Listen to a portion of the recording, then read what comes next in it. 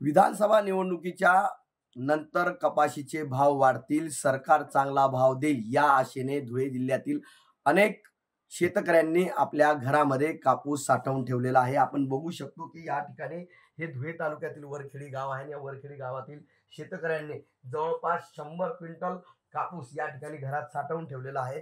कारण विधानसभाच्या काळामध्येच या ठिकाणी कपाशी वेचणी सुरू होती आणि त्या कपाशी वेचणीनंतर जे काही सरकार येईल ते सरकार आपल्याला चांगला भाव देईल या आशेने या ठिकाणी या शेतकऱ्यांनी कापूस या ठिकाणी घरात ठेवलेला आहे. मात्र गेल्या 2 वर्षापासून कपाशीचे भाव अद्यापही वाढत नाही. स्थिर सरकार नसल्यामुळे कपाशीचे भाव वाढत नव्हते. मात्र आता एक हाती सत्ता आल्यामुळे कमीत कमी या सरकारने कपाशीला चांगला भाव द्यावा अशी अपेक्षा या भागातल्या शेतकऱ्यांनी व्यक्त केलेली आहे.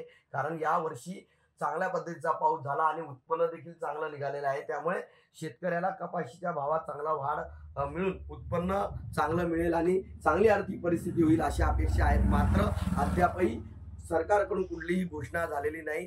किमान शेतकऱ्याच्या खर्चा जो आहे शेतकऱ्याच्या कपाशीचा तो तरी निघाला पाहिजे या उद्देशाने किमान 10,000 रुपयापर्यंत तरी भाव भेटला पाहिजे या उद्देशाने या ठिकाणी शेतकऱ्यांनी या नव्या सरकारकडून अपेक्षा व्यक्त करण्यात आलेल्या आहे. त्यामुळे हे नवीन असलेलं सरकार हे ज्यावेळेस बसेल त्यावेळेस किमान शेतकऱ्यांना दिलासा द्यावा यासाठी कपाशीचा भाव किमान 10,000 मिळावा अशी अपेक्षा या भागातला शेतकरी व्यक्त करीत आहेत. मनीष वासोळे, TV9 मराठी, धुळे.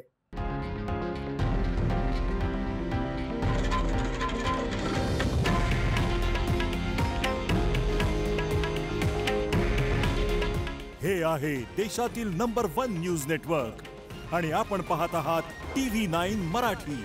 काळजी तुमची, हित महाराष्ट्राचं.